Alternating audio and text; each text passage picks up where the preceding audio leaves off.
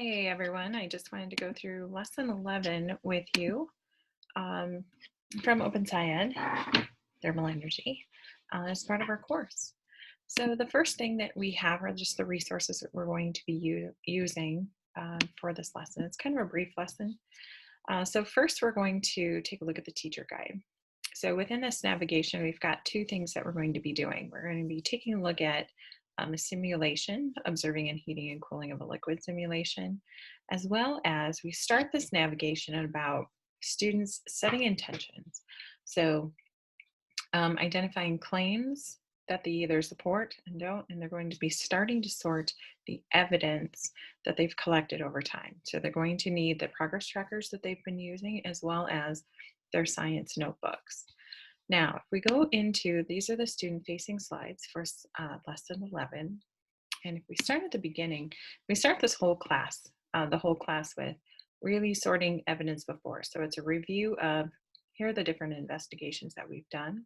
What do those investigations tell us about whether heat is entering the cup or if cold is leaving the cup? And then, of course, we'll give them some areas where, well, we don't have enough evidence to support what's happening yet. This might be the first time that they've ever set a claim. That's why OpenSciEd really has the two claims set for us. And then looking at the evidence that they had, how are we sorting them out? For me, what I thought would be kind of helpful is if we had a Padlet or something similar so that each class can go through and create their own sorts. And as they have conversations, or you engage them in conversations based on the evidence that they've already collected over time, you can start to sort them and resort them, because it will be important for them to understand where they're at in their learning now. And if things need to be resorted and changed, that can happen over time. So this is just pretty simple. If you remember the Joules experiment reading that we had, okay, we can maybe stake a claim that heat is entering the cup system. So this works very similar to that. And maybe they'll change their mind over time. Water bath lab, if you remember when we did that for some of us together, we just weren't sure what was happening and where different energy was being transferred on that one. So maybe we could put that over on supports the claims for neither one quite yet. But again, knowing as we go over, as we extend the learning over time, do we now know what was happening? And we can move it to one of the two claims that we have here. All right, so just a techie tool that might be helpful. This is the lesson set one, or I'm sorry, this is the first card sort that we have, because we don't really have a lot of information about how energy is moving quite yet. In this lesson, we start adding a new vocabulary that of kinetic energy. We will have more evidence cards, as you will see in a later unit. So like I said, Padlet is one of those ways. I will have this available for you to copy, as you may want to create your own for your own classes. Just kind of keeps it nice and tidy and all in one place. So if we go back to the different lessons, we will start engaging in simulations.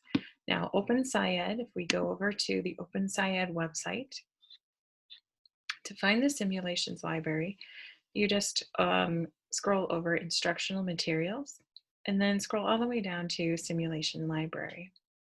In this particular lesson, we are going to be taking a look at the molecular view of a gas. And once we open it up, it comes up to this page. The simple thing of this is students are going to be looking at how molecules are moving when the liquid is cold and when the liquid is hot.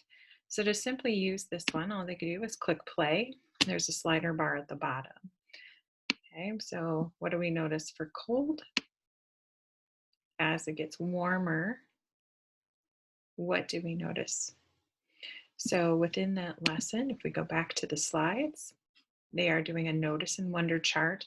While they are moving that slider, what do you notice about when it's closer to cold or when it's closer to hot? And then we go into a building understanding discussion. Okay. As you move through the lesson itself, you start to introduce, so this becomes a word that they earn, is kinetic energy. So particles in a liquid move more freely at different speeds. Faster moving particles have more kinetic energy, and then slower moving particles have less kinetic energy. And then we continue with gases. But it's in that building discussion, building ideas discussion, that they are introduced to this idea of kinetic energy, and now that is the concept that they will use moving forward. As you can see, we continue to take a look at some of the different models that they've had. They go back and revise those models to now represent kinetic energy. It will be important for you as a class to note how do you want to represent movement of particles as a group. So if you're taking a look at thermal energy, we'll go back to the teacher edition. You can see here cold, warm, and hot. As you do your talking about that discussion of kinetic energy, it gives you some key ideas to be listening for, as we've seen in the past. Right now, we're starting to build in models of kinetic energy, and this is where I wanted to draw your attention.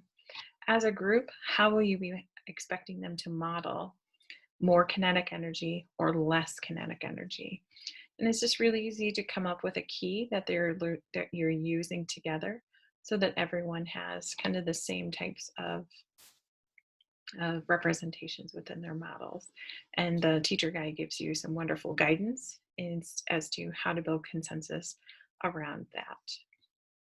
Okay, if we go back to this lesson, so again, they're going back to some different models. This is the food coloring lab where we had the hot water, the cold water. And they're now representing it with the kinetic energy with the modeling that we had talked about just a little bit ago. And then, of course, they get to make a claim about the food coloring and how it's spread out more because of blank. Okay, so fill in the blanks. And now we're going to be moving into lesson 12 as we start to navigate. I like how it also ties back to the very beginning. Consider our ice drink in the regular plastic cup that warmed up over time. Warming up means that the particles' kinetic energy is increased. How are particles in the drink getting more energy? And where did the energy come from? Which is the preview to the next lesson. All right, so within this, I will share some of the different resources that we talked about on this one, and we'll see you in lesson 12.